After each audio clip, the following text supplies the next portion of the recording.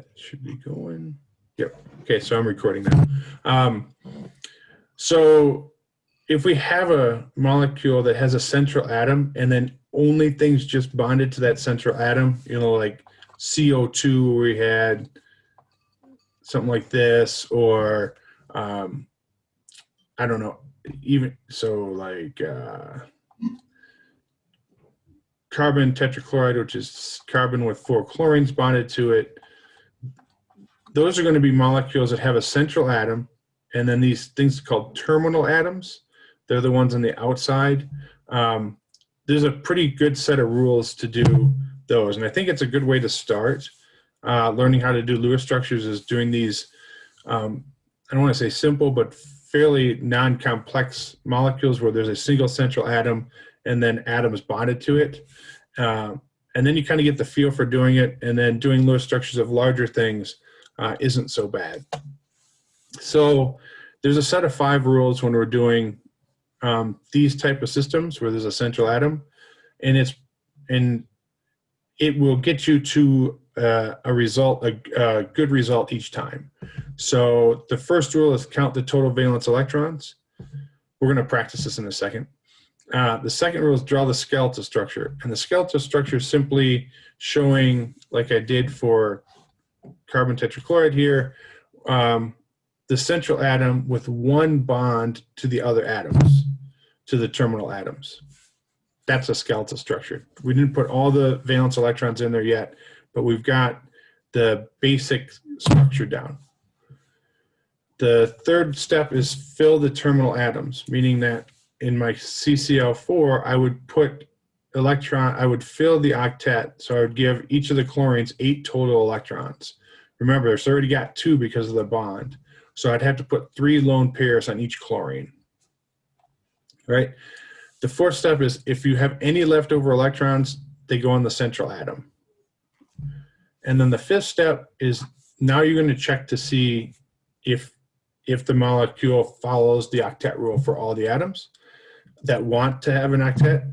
And if it doesn't, you're going to move lone pairs from the terminal atoms into the bonding area to make double and triple bonds, to make multiple bonds.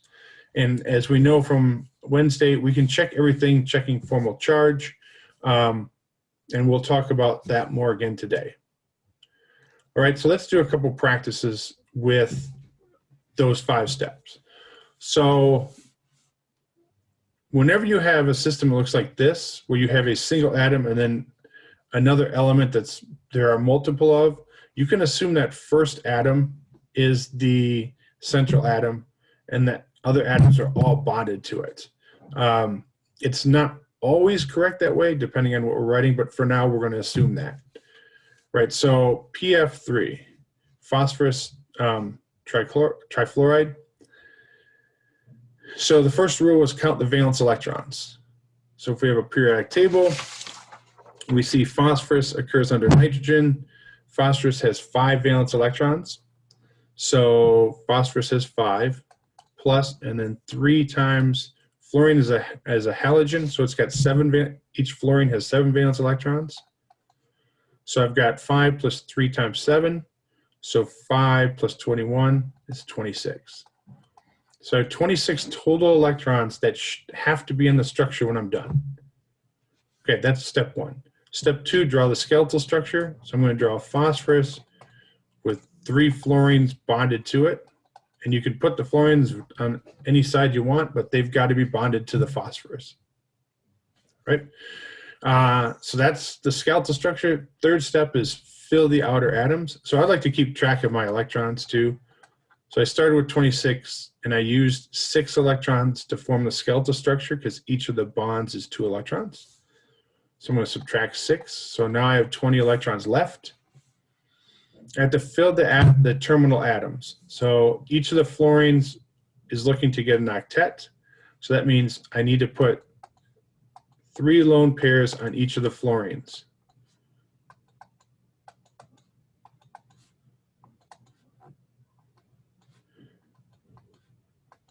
Okay, and to do that, I use 6 electrons per fluorine. So, and I have 3 fluorines, so I used 18 more electrons to get to that point. So I have 2 left. And rule number 4 says the 2 electrons go on the central, any leftover electrons go on the central atom, like that. And then we would check to see if everything has an octet that wants an octet. And all these atoms will take an octet. We'll talk about atoms here shortly that won't or can take more. But we can, if we look at each of the atoms, the fluorine should have an octet because we made it that way. And then the phosphorus has 3 bonds, which is 6 electrons around it. And then a lone pair, which is an additional 2, so it has 8 right now. So all the atoms in this structure are following the octet rule. And that's usually where we start. We want to get to that point and then check the formal charges. And if the formal charges are all 0, we're going to leave it alone, right? That's going to be the best structure we can get. So let's check formal charges. So each of the fluorines is exactly the same. They all have 1 bond and 3 lone pairs. So we only have to calculate the formal charge for one of them, and we know all of them. So remember, formal charge is the number of valence electrons that atom has, minus the number of bonds, minus the number of non-bonding electrons. So fluorine has 7 valence electrons. We have 1 bond to the fluorine. And then on each fluorine, or we're doing this one specifically, there are 2, 4, 6 non-bonding electrons. So each fluorine has a formal charge of 0. Okay, checking the phosphorus. Phosphorus has 5 valence electrons. There are 3 bonds to the phosphorus, and there are 2 non-bonding electrons on the phosphorus. So we get a total of 0. So we've got this structure we would be pretty confident is the best structure. All the formal charges are 0. The atoms that follow the octet rule all have octets, all have 8 electrons around them. And we're pretty confident that that is the best structure we can get. All right. Questions on that? Okay, so if we have a central atom, that's following those rules is going to give us a good structure. Okay, again, CH2O, carbon central, and all the other atoms are bonded to the carbon. So if we draw that, well, first we got to count the valence electrons. So carbon has 4, plus each hydrogen have 1, so it's 2 times 1, plus oxygen has 6. So the total valence electrons are 4 plus 2 plus 6, which is 12. So we have 12 electrons that need to be in our structure at the end. That's the other thing I would have done probably with the first structure is after I got everything in there, I would count the electrons to make sure I definitely have the right number of electrons. All right, so our second step for the CH2O is draw the skeletal structure. Carbon central, and every atom is bonded to the carbon. So it will look, the skeletal structure will look something like that. And again, it doesn't matter what side you put the hydrogens and the oxygens on. We just need them all bonded to the carbon. All right, so we got 12 electrons. We use 6 of them for the skeletal structure. We have 6 left. Okay, looking at this molecule, our next step would be to fill the terminal atoms with an octet. However, we know hydrogens don't want more than 2 electrons around them. They were trying to gain 1 electron to get the same number of electrons as helium, because helium's a noble gas, it's next to it. So hydrogen's always going to only have 1 bond, and that's it. Hydrogen's always terminal. You never have it bonded to 2 other things. Right, so that means these 6 electrons we're going to put on the oxygen, like that. And then we'll have used, and then that gives us 8 electrons around the oxygen, so that has an octet like it wants.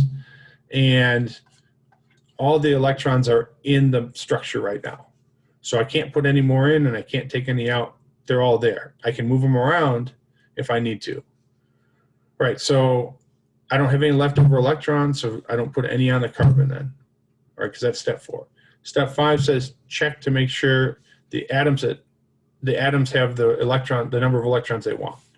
Okay, the hydrogens do, they have 1 bond. They're that's done. Okay, the oxygen has 8 because we made it that way. The carbon right now only has 6, right? The 3 bonds around the carbon, and that's it. Carbon would like to have 2 more. And remember, well, we'll talk about that in a second. So the way to get electrons around carbon would be to move a lone pair from an outer atom into a bonding area. That way both atoms see the electrons, or they count for both atoms. So what I'm going to do is move one of the lone pairs from the oxygen into the bonding area between carbon and oxygen. And then those 2 electrons that I just moved count both for the oxygen and for the carbon. Right, so my structure ends up looking like this. I'm going to draw the double bond with 2 lines. I've got 2 lone pairs left on the oxygen after I moved the one in. And then I still have the 2 hydrogens bonded to the carbon. Okay, checking to make sure I still have the right number of electrons. 2, 4, 6, 8, 10, 12. I do. Carbon now has 8 electrons around it with 4 bonds, each of the bonds having 2 electrons. Remember, the bonding electrons count for both atoms. And then the oxygen has 2 lone pairs and 2 bonds to it, which gives it 8 also. If we wanted to check formal charges, we could. The hydrogens have 1 valence electron, minus 1 bond, minus no non-bonding electrons. So those are both zeros. And hydrogen should always look like that. It should have that single bond to it. Carbon, 4 valence electrons to start. There are 4 bonds around the carbon, and there are no non-bonding electrons on the carbon. So carbon's charge is also, or carbon's formal charge is also 0. Remember, formal charge isn't a real charge. It's just how we're going to do the math to make sure we have a good structure. And then oxygen, we've already seen this. If oxygen has 2 lone pairs and 2 bonds, its formal charge is 0, but we'll do the math just to show it again. 6 valence electrons for oxygen, 2 bonds, 4 non-bonding electrons, so 0. Okay? The formal charges should all add up to 0 if the system's neutral. And these are all neutral because we don't have a charge on it. We'll see what happens when we do that in a second. All right, so if we've got a central atom and all the atoms bonded to it, that's how we're going to deal with it with those 5 rules. Okay, questions on that?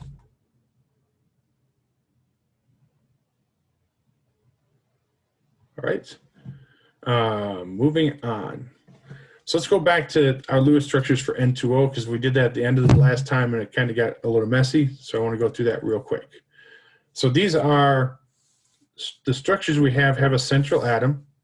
So we can follow our 5 rules for drawing Lewis structures based on those 5 rules. All right, so count the valence electrons. So nitrogen, each nitrogen has 5 and there's 2 nitrogens, plus oxygen, which has 6. So there are 16 electrons that I need to put in all the structures that we're going to draw. Okay, starting with our structure on the left, the NNO, where nitrogen's central. The other one has oxygen central, but let's deal with NNO. There we go. Okay, so that's the skeletal structure. So I'm going to just draw it again here. So that's step 2. Now we filled the outer atoms with octets because nitrogen and oxygen both want octets. So we're going to put, where'd that go? We're going to put 6 electrons around both the nitrogen and the oxygen to fill their octets. So far I used 4 electrons for the bonds, 12, and then I used 2, 4, 6, 8, 10, 12 electrons when I was filling the outer atoms. So I have all the electrons in there that I can have in there. No leftover ones, so nothing to go on the nitrogen. So this is where I'm at now. So I'm at step 5. I want to check to make sure everything has an octet. Obviously the 2 outer atoms do. The central nitrogen does not. So that means I need to move electrons from the outer atom to the bonding area in some combination to give nitrogen 8 electrons around it, basically 4 bonds. So I could do that by moving one from each side, and I would get a terminal nitrogen with 2 lone pairs and 2 bonds. And that central nitrogen would have 4 bonds by having 2 double bonds. And the oxygen would have 2 lone pairs on it. Okay. The other way I could do it would be moving 2 lone pairs from the nitrogen and making a triple bond between the nitrogens and leaving the oxygen the way it is. So I could do this.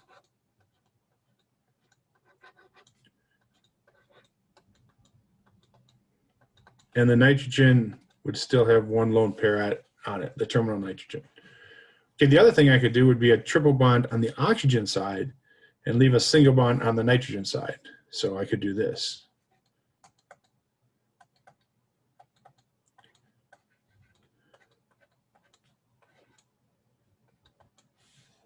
Right, by simply moving in 2 lone pairs from the oxygen and not doing it on the nitrogen side. And all of those follow the octet rule, right? Nitrogen's got 8, and nitrogen, the first molecule on the terminal nitrogen has 2 lone pairs and 2 bonds, that's 8 electrons. The central nitrogen has 4 bonds, that's 8 electrons. And then the oxygen has a double bond and 2 lone pairs, which is 8 electrons. So we could count all those. The other thing to do is make sure we have the right number of electrons in each. 2, 4, 6, 8, 10, 12, 14, 16 in the first one, 2, 4, 6, 8, 10, 12, 14, 16 in the second one, 2, 4, 6, 8, 10, 12, 14, 16 in the last one. So those are all valid Lewis structures according to the octet rule, right? So now which one's the best? How would we check which one's the best? Formal charge. Yeah, formal charge. We're just going to check the formal charges of all the atoms. And the one that has all zeros, if there is one, is going to be probably our best structure. And if there isn't one with all zeros, then we're going to have to do a little bit more evaluation. So let's check our formal charges of our atoms in the first one. So I'm going to make this number 1, number 2, number 3. Okay, number 1, the terminal nitrogen, 5 total valence electrons, 2 bonds, so 5 minus 2 is 3. 4 non-bonding electrons, so that nitrogen has a -1 formal charge. Okay, the central nitrogen, 5 total valence electrons, 4 bonds, so 5 minus 4 is 1, no non-bonding electrons, so the central nitrogen has a +1 formal charge. And the oxygen, double bond, 2 lone pairs, when oxygen's like that, it always has a 0 formal charge. Okay, so that one doesn't look bad. We don't have any big numbers, but I don't like the fact that nitrogen has, one of them has a +1 formal charge and the other has a -1 formal charge. That's not usually what we see for the best structures. All right, so let's check the second one. The terminal nitrogen, 5 valence electrons, -3 bonds, leaves 2, -2 non-bonding electrons, 0. Okay, so the formal charge on the left nitrogen is 0. The central nitrogen, 4 total bonds, no non-bonding electrons, so that's going to be +1. And the oxygen, 6 total valence electrons, -1 bond, 5, -6 non-bonding electrons, so 5 minus 6 is -1. Okay, still not all zeros, but better. Why is that better than the previous one? So think about which atom's most electronegative. And the most electronegative atom is the oxygen. And if we have negative formal charges, we want the negative formal charge on the most electronegative atom. And oxygen's the most electronegative atom, and that's where the negative formal charge is. So option 2, structure 2 is more favorable than structure 1. All right, let's check 3. So the terminal nitrogen, 5 valence electrons, -1 bond, 4, -6 electrons, so that's a -2.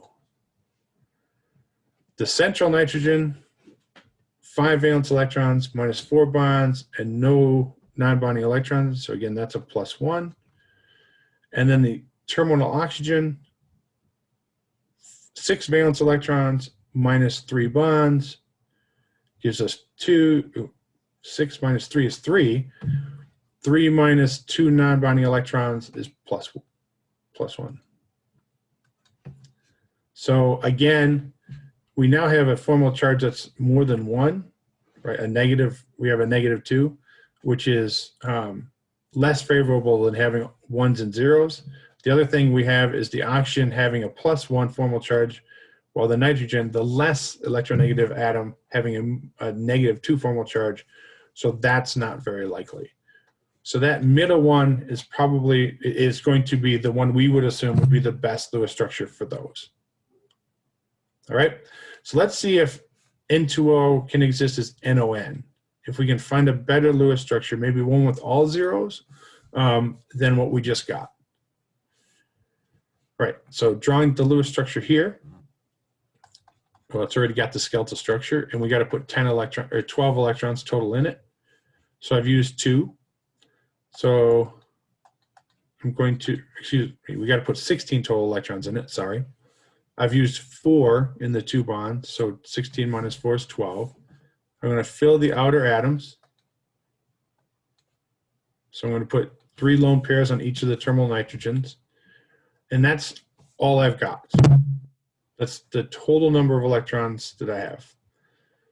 Okay, so I don't have any left over to put on the oxygen. So now I'm going to move lone pairs from the nitrogens into the bonding areas between the nitrogen and the oxygen so that the electrons can be shared, because oxygen right now only has 4 electrons and it needs 8. Okay, so I'm going to do the same thing as I did last time. I'm going to form 2 double bonds, 1 double bond with each nitrogen, and then I'm going to make a triple bond on the left and a single bond on the right. So we'll do this. So nitrogen, double bonded oxygen, double bonded nitrogen, and each of the nitrogens will have lone pairs on them. And then I can make a nitrogen with a triple bond to the oxygen and a single bond to the other nitrogen. And the triple bonded nitrogen has 1 lone pair on it, and the single bonded nitrogen has 3 lone pairs on it. Okay, and if I draw the next structure, it's the same as the one I just did, right? So if I do this,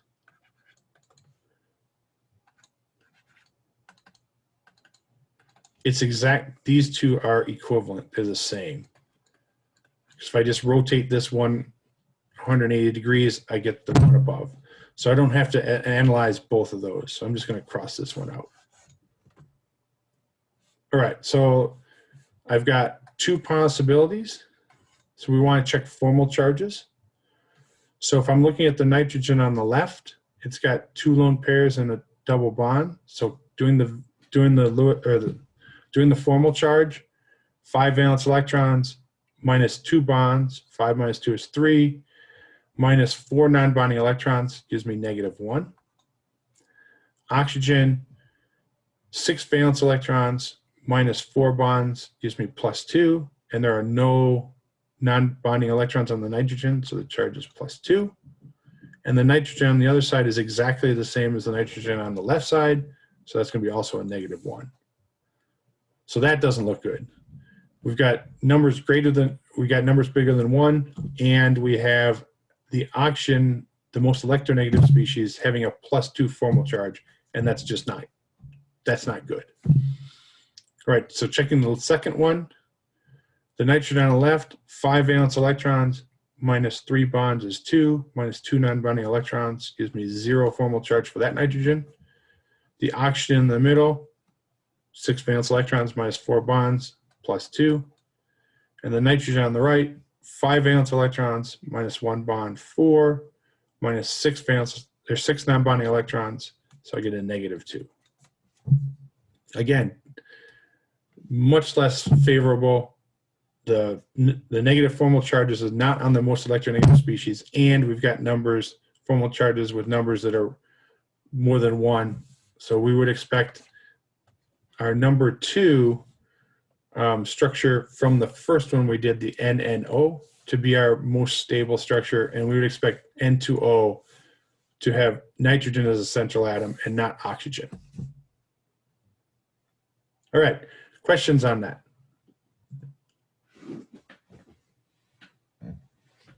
Nope. All right, so let's move on. So that's how we're going to do Lewis structures. Actually, there's a question in the chat. Oh, sorry, I can't see my chat. Sorry. Let me pull it up here. Oh, there's a bunch of chats. And Mary sent a message. How would you know when to triple bond? Oh, wait, no, I got it. Never mind, I got it. So we're good? So you can triple bond anytime you need to share more electrons with the central atom. If you've got lone pairs that you can do that with, and then you just check to see if it's good using formal charges. All right, let me close the chat. Sorry about that. I'll keep an eye on the chat from now on. Thank you.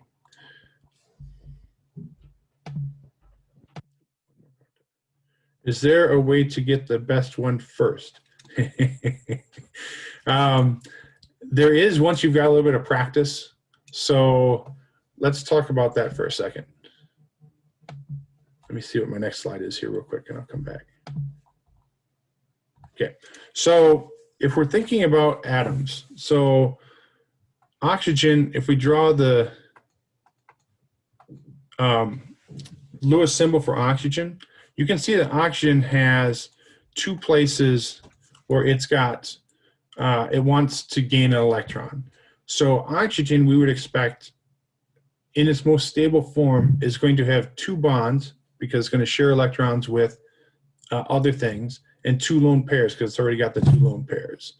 So oxygen, in most cases, where we don't have a charge system, is going to have two bonds, either two single bonds or a double bond, and two lone pairs. Okay. We can see, however, in the N2O molecule that that's not the most stable version of this, and that's just because of how it's all worked out. But in most cases, we're going to find that the most stable system is going to have oxygen with two bonds and two lone pairs. There will be exceptions to that, just like we saw.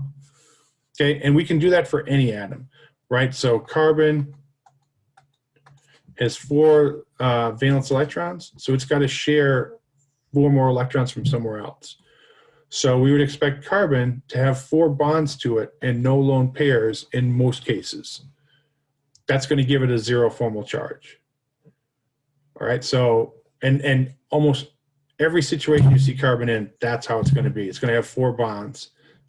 It's rare to have it not. Nitrogen got 5 valence electrons.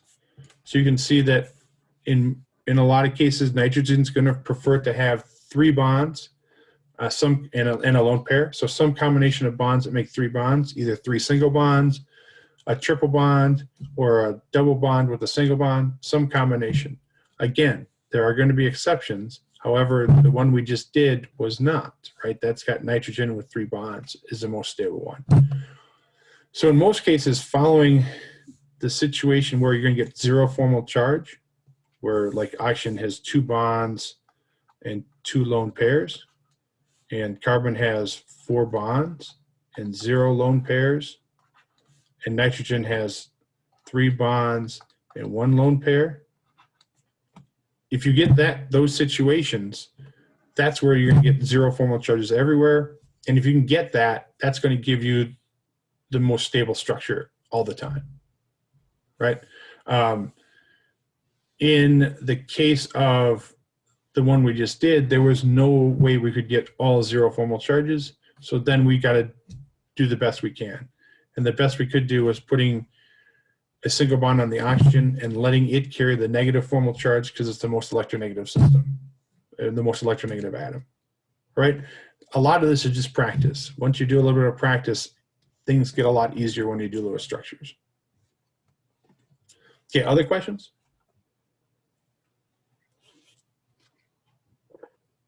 All right, so moving on, there's a couple exceptions to the octet rule, just like everything in chemistry, there's exceptions to. But again, they're going to be very obvious.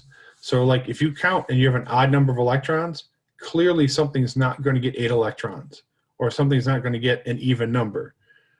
If you have an odd number, one of the atoms is going to get an odd number. So an example would be the molecule NO, nitrogen monoxide. And this actually exists even though something's not following the octet rule. It exists in the atmosphere. So if we're going to draw the Lewis structure for this, we're going to do it just like we just did. And we can pick one of these to be the central atom. And I'm going to pick nitrogen because if you look back at the ones we just did, the central atom tends to be the one with the lower electronegativity. So in this case, oxygen has a higher electronegativity, so I'm going to choose nitrogen as my central atom. And we count the number of electrons. Nitrogen has 5, oxygen has 6. So we have 11 total electrons. Drawing the skeletal structure, filling the outer atom. That's used 8. That means I've got 3 more to put on the nitrogen.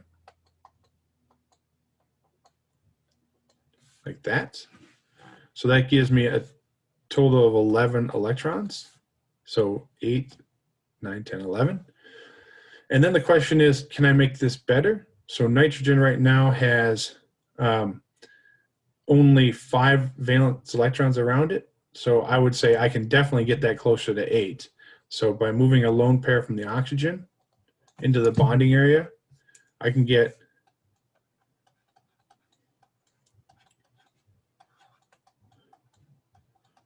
a molecule that looks like that, where oxygen has 8 around it and nitrogen has 7 around it. Now, is it better to have 7 or 9? Well, we can check, right? We could move another lone pair in and get a triple bond, and that's going to give nitrogen 9 valence electrons, and oxygen still has 8. Okay, the question is, which is better? Is it better for nitrogen to have 7 valence electrons? It's close to 8. Or is it better to have 9 valence electrons? It's still close to 8, right? We can't get nitrogen with 8 because there's an odd number. So check the formal charges. So nitrogen in the left one has 5 valence electrons minus 2 bonds, which is 3, and then there's 3 non-bonding electrons. So the nitrogen in that case has a 0 formal charge. And the oxygen, 2 double bonds, 2 lone pairs, also has a 0 formal charge. So without even checking the other one, we would be very confident that the one we just drew with 7 valence electrons on the nitrogen is the best structure. Okay, so that's one exception. If we've got an odd number, that means one of the atoms is going to have either less or more than the octet, and it tends to be 7, so it's going to have 1 electron less than the octet.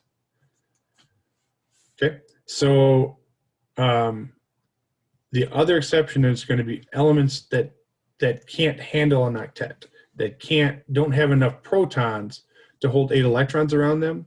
And the ones we're going to see like that are hydrogen, beryllium, lithium, and boron. Now notice, beryllium and lithium we define as metals. However, beryllium and lithium are pretty small, so in some cases they actually form covalent bonds. We're not going to worry too much about that right now, but just to be aware of that. So hydrogen we've already seen will take up to 2 electrons, which makes sense because 2 electrons is like helium. Boron on the other end of that tends to make more stable situations, more stable structures with 6 electrons. Boron will take 8, but those molecules tend to be really unstable, really reactive. So in most cases, we're going to see boron with 6 electrons around it to make the most stable structure. Lithium and beryllium are debatable. Beryllium up to 4 electrons or 2 depending on the situation, and lithium 4 to 6 depending on the situation. But again, beryllium and lithium we define as metals, but they're really kind of borderline metals. So we're not going to worry too much about those. The ones we're going to see more are the hydrogen, and the boron. Okay, so for example, I could do pH3, boron trihydride, and if we draw the Lewis structure, we're going to assume boron's in the central, and we're not going to assume it has to be because hydrogen can't be in the central because you can't have more than one bond to hydrogen. So boron with 3 hydrogens around it. If we count the valence electrons, we have boron that has 3 valence electrons. Each hydrogen has 1, so 6 total. So I've got them all in there.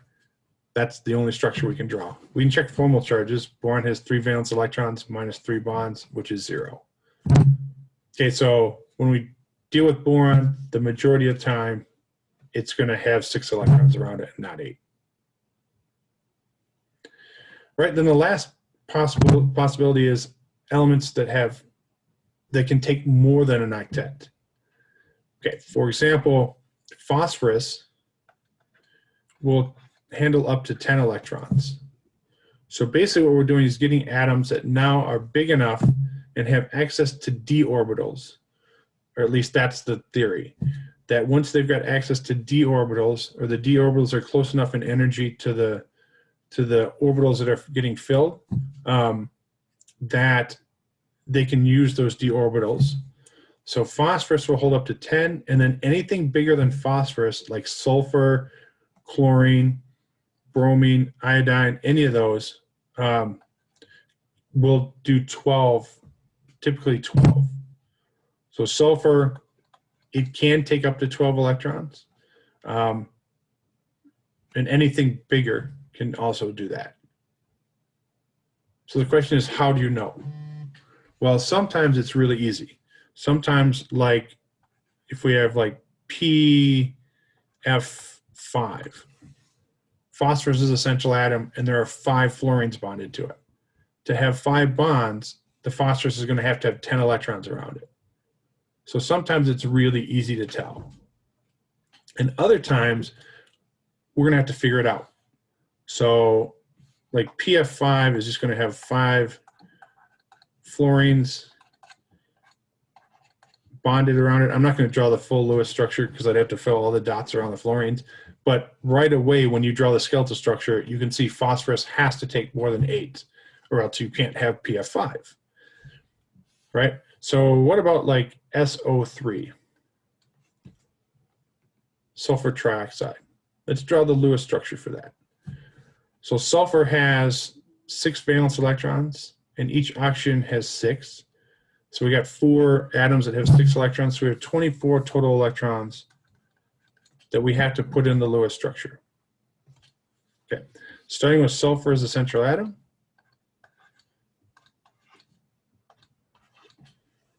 We draw the skeletal structure, and we use 6 electrons to do that. We have 18 left. Okay, now we fill the terminal oxygens, and we give them each 3 lone pairs. That's 18 electrons. So that means we've used all the electrons. So all the electrons we're going to use are in there. And is that a good structure? Does that follow our rules we need to have a good structure?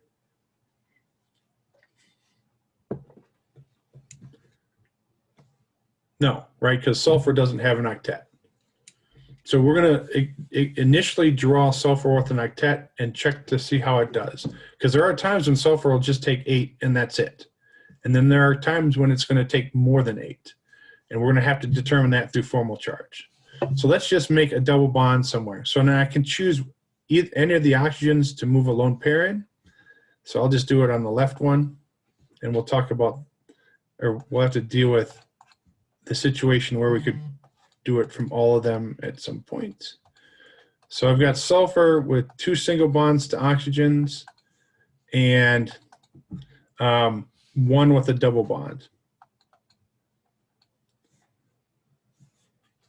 All right, so let's check formal charges.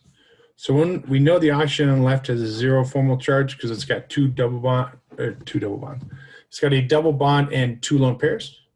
And then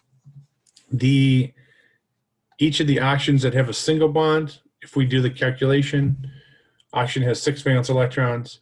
There's 1 bond to those, so 6 minus 1 is 5. Minus 6 non-bonding electrons, so 5 minus 6 is -1. So each of these oxygens is -1. And without calculating, we should be able to know the sulfur because they all have to add up to 0. So sulfur should be a +2, but if we want to check, sulfur has 6 valence electrons. There are 4 bonds to the sulfur, so 6 minus 4 is 2. And then there are no non-bonding electrons on the sulfur, so sulfur has a +2. So we can see right now that that's not a very good structure, just because we got that +2 there. It's good in the fact that the atoms that have the negative formal charges are the more electronegative ones, but I think we can do better than this. So if we move another electron pair, lone pair from an oxygen into the double bond area, and we get sulfur with a double bond to 2 of the oxygens, and a single bond to that last one. Checking our formal charges again. Now each of the double bond oxygens have 0 formal charge. The oxygen on the right has a -1. That means the sulfur must have a +1. And if we check it, 6 minus 5 bonds is +1. Notice what happened. When we moved our lone pair from the oxygen into the bonding area, the oxygen's formal charge was made more positive by 1. So basically formal charge is, when we calculate formal charge and we move a lone pair into a bonding area, one of those electrons now is with the sulfur and one is with the oxygen. That's how formal charge is calculated. So that means if you move a lone pair, which is 2 negatives, into a bonding area, one of those negatives now goes with the atom it's bonded with, and one stays with the atom what it came from. So the oxygen that has a single bond and 3 lone pairs had a formal charge of -1, and when we moved a lone pair in to make a double bond, it made the formal charge 0. So it increased the formal charge by 1, made it more positive, right? We went from -1 to 0. And the sulfur, which was +1, it was +2, now sees 1 more electron, so its formal charge is going to be -1, or +1. It's changed by -1. So when you share a pair of electrons, the formal charges, one of them goes down by 1, one of them goes up by 1. The atom that didn't have the electrons, the formal charge goes down by 1, and the atom that had the lone pair to start, the formal charge goes up by 1. All right, so we can even do better. We can move a lone pair in from the oxygen, the single bond oxygen, and have a sulfur with 3 double bonds to each of the oxygens, and that will give us a formal charge of 0. So we would predict the molecule, the most stable molecule for SO3 would have double bonds to all the oxygens, and then formal charges are all 0. And in that case, you can see that sulfur has 12 valence electrons around it. Okay, and that's when we would need to check formal charges to make sure things work right. So if you ever have an atom that's got sulfur or chlorine or phosphorus in it, always check formal charges. Even if you followed the octet rule, always check formal charges because those can be expanded beyond the octet rule. All right, questions on that? Okay, three exceptions. And again, once you check formal charges, it's going to tell you kind of the story. If you've got a good structure or if some electrons need to be adjusted. Okay, and when you're adjusting electrons, don't just grab one from one atom and move it away over to another atom. That's not how it works. Move them into the bonding area or not bonding area. Okay, they don't just all of a sudden go from one atom all the way over to another atom on the other side of the molecule. You simply move electrons into bonding areas to adjust formal charges. All right. So let's do one other thing here. Let's look at polyatomic ions.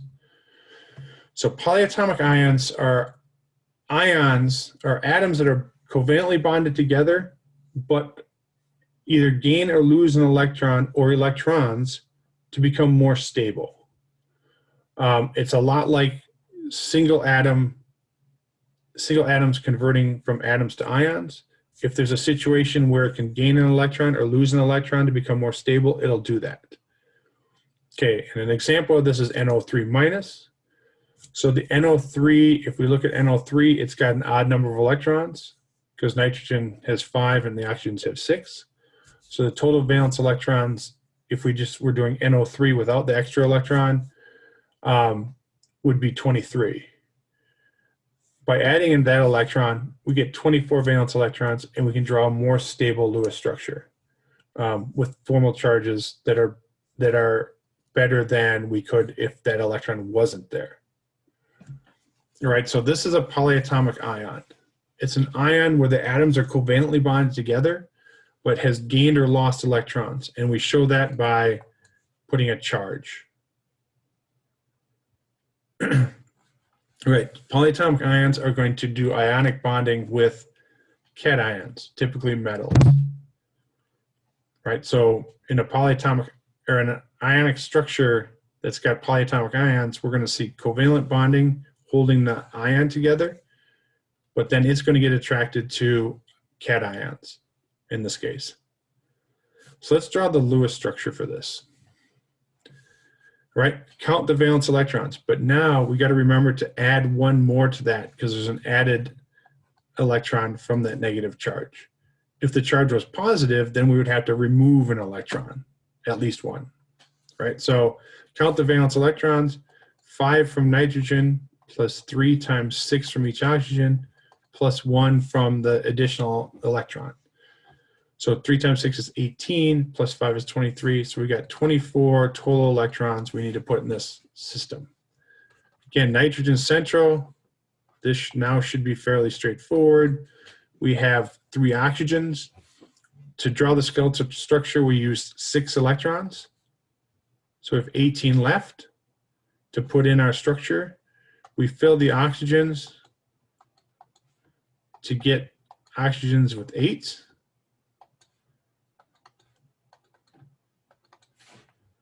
All right, so now we've got all the oxygens with octets.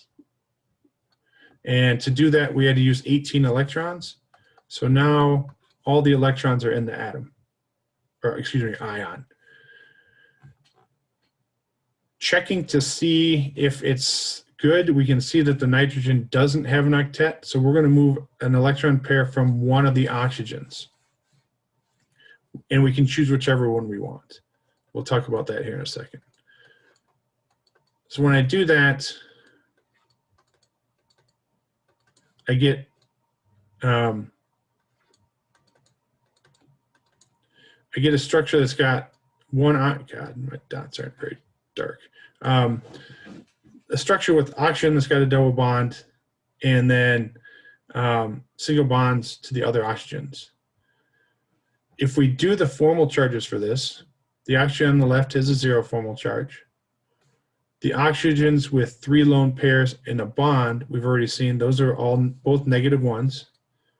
And that makes the nitrogen have a +1 formal charge. And if we calculate it, nitrogen's 5 valence electrons, -4 bonds 1, and there's no non-bonding electron, so it's +1. Okay, so this would be the best structure we could get. Right, because nitrogen can't have more than 8, so I can't move another electron pair down from the other oxygen and put another double bond, because that doesn't follow the octet rule anymore, and nitrogen follows the octet rule. All right, so if I'm going to draw this, I'm going to draw this without the formal charges just to give us what it should look like exactly.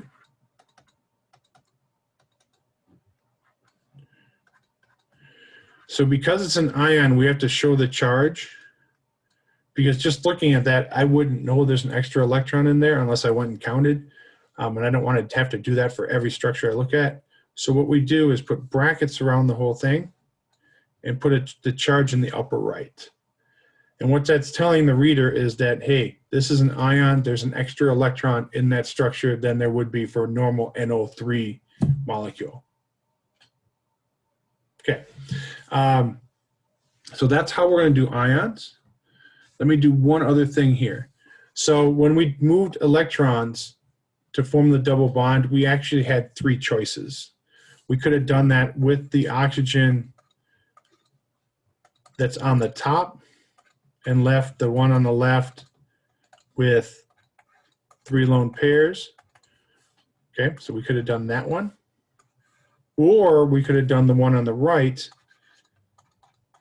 put the double bond there. And you can see all these structures have nitrogen with 2 or 3 oxygens bonded to it, 2 of the oxygens having single bonds, 1 of the oxygens having a double bond. So we've done nothing here except where we chose to put the double bond. The position of the atoms are all the same. Everything else is the same. We've just made the double bond in the 3 different positions. Okay, this is called resonance. When we can draw equivalent Lewis structures by simply changing the place where a double or triple bond is, it's called resonance. These all exist. Okay, and we know these all exist because of the bond length. If we measure the average bond length, it's actually a little bit shorter than a single bond, but it's bigger than a double bond. So that means that bond in there, at least one of the bonds is a double bond, and some of the bonds are single bonds. Okay, each of these would be called the collection of all 3 of these, because the molecule actually exists as all 3 of these, is called a resonance hybrid, because the molecule exists actually as a combination of all 3 of those. All right, so when we can draw multiple structures by simply putting a double bond in a different place, we do that and we show it just like I just did with double-headed arrow. Oop, there should be a negative charge up there. With double-headed arrows between each of them. Okay, so I think that's the end. If you have questions, feel free to ask. I'm got office hours right now, so if you got questions, stay and ask. Otherwise, you are free to go. Have a great weekend. And I'll send an email out, or I'll send a email through Blackboard out when the quiz is posted. I got a chat here. Will there be a quiz today? Yes. It's going to open today and be available through Sunday night. And you just have to go in and take it between this afternoon and Sunday night. It will be set. It's a time-limited exam quiz. So when you go in and take the quiz, once you start, you're going to have 30 minutes. I'm going to check that. I'm going to take the quiz myself to make sure that's a good amount of time. But it will be time limited, and it'll tell you how long you've got. So once you start, you're going to have a limited amount of time to do it. Other questions? No, thank you. Yep. Have a good weekend. If anybody's got questions, feel free to stay around. When did you say that quiz was going to become available? It should. I've got it written. I just got to upload it and make sure that it works right in Blackboard. So it will be available at some point this afternoon. I'm going to work on it right after this. Okay. And then is it going to be just due night? Yep. So you're just going to have to go in there between this afternoon and Sunday night and take it. So if you want to wait till Sunday night to take it, that's fine. All right. Great. That sounds great. All right. And then I'm supposed to be meeting in lab for the lab today, but I'm not allowed to come to school. Yep. So we're going to reschedule that lab probably. So for the next, when we do the next module, the time that you're not scheduled to be in lab, we'll probably have you come in lab and do that. That lab doesn't take very long to do. And I think it's a good one because there's some hands-on stuff that is good practice. So we're going to reschedule that in the next couple weeks. Okay. All right. Okay. Sounds good. All right. Take care. All right. Yeah, you too. Thank you. Mm-hmm.